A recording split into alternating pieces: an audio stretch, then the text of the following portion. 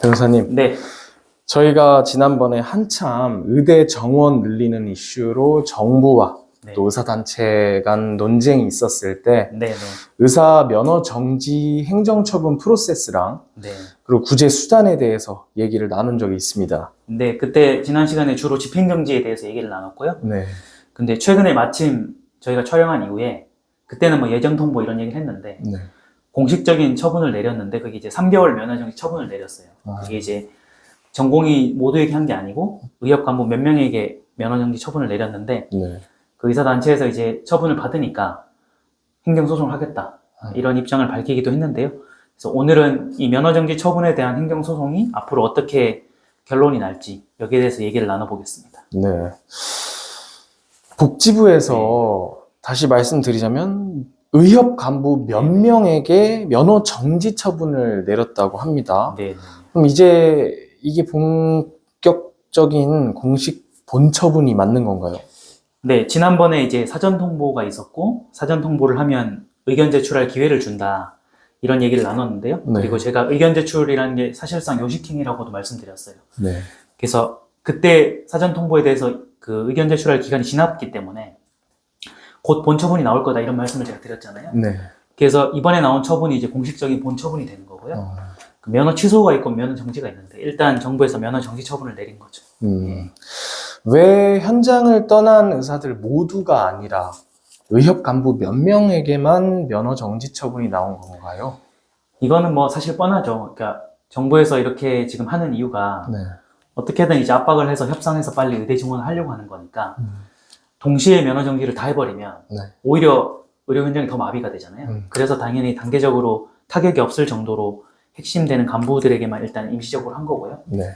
만약에 여기에 대해서도 의사단체에서 별로 반응이 없다 하면은 이제 단계적으로 점점점 늘려갈 걸로 예상이 되고 제 예상으로는 그렇다 해도 그 현장을 떠난 모든 전공의 동시에 면허 정지를 하진 않을 거예요. 네. 그렇게 되면은 정부가 원하는 목적을 오히려 달성을 못하기 때문에 지금 현재는 몇 명의 의협 간부들인데 조금 더 그 규모를 확대해 나간다든지 네. 그렇게 할 걸로 예상이 되고요. 그 면허정지 처분이라는 거는 취소하고 다르게 기간이 필요한데 지금 3개월을 했잖아요. 네. 3개월이라는 게 사실 최소 기간이에요. 그래서 사실상 면허정지가 3개월 돼본들 당사자는 타격은 없거든요. 3개월 버티면 되니까. 네. 그래서 최소한의 처분을 내린 것만 봐도 정부가 이게 약간의 정책적 목적이라는 게 드러나는 거죠.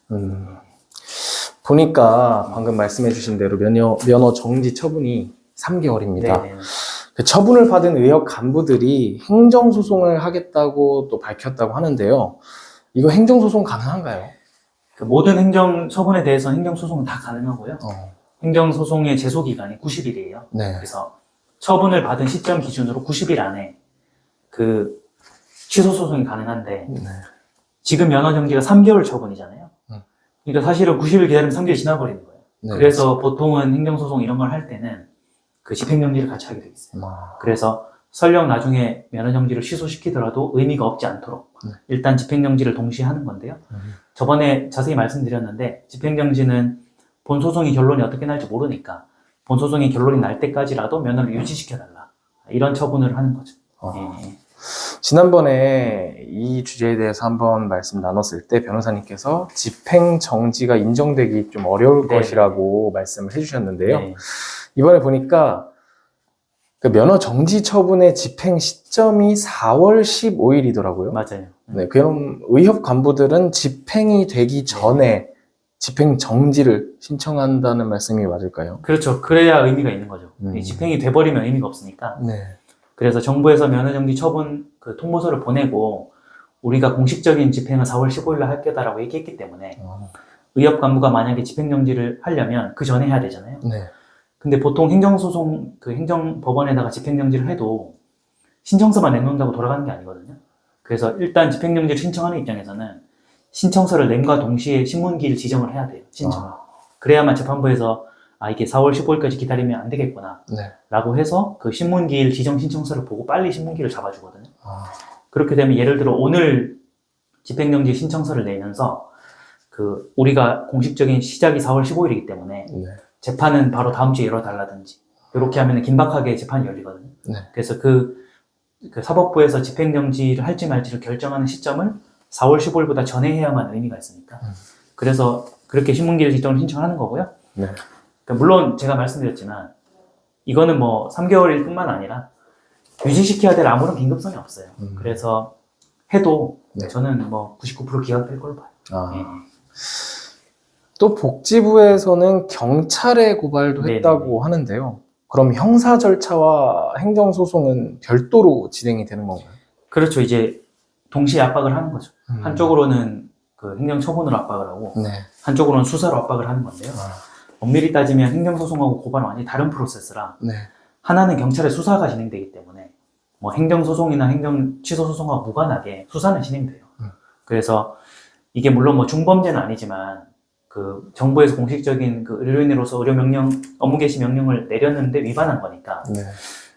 이거는 뭐 나중에 소송이 설령 취소된다 해도 처벌이 나올 수도 있어요. 뭐 실형이나 이렇게 나오지 않겠으나 네. 최소한 뭐 벌금이나 집행유예는 충분히 나올 수 있거든요. 그래서 복지부에서 경찰에 고발을 한 거는 네. 짧은 시간에 협상이 잘 돼서 고발을 취하지 않는 이상 행정소송과 무관하게 처벌은 나올 수 있다.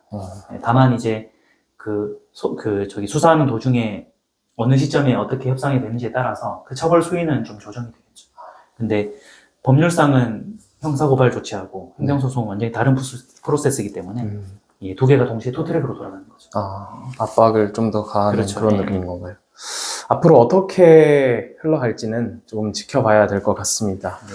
이번 기회에 좀 행정처분이랑 소송에 대해서도 좀 정확히 이해할 수 있는 기회가 된 것 같은데요. 근데 보통은 행정처분은 뭐 사회에서 이슈될 게 없기 때문에 일반인들 잘 모르거든요. 네. 그 사업하는 사람들은 영업정지를 종종 당하기 때문에 익숙한데 일반 시민들이 이걸 익숙하지 않잖아요. 네. 근데 제 예상으로 최근 수년간에 우리나라의 행정처분이랑 이렇게 사람들이 관심이 될 정도로 이슈가 없었는데 네. 이번에 이 사건을 계기로 행정처분이 어떻게 돌아간다 이런 걸 자연스럽게 좀 습득하게 되는 기회가 된 것 같아요.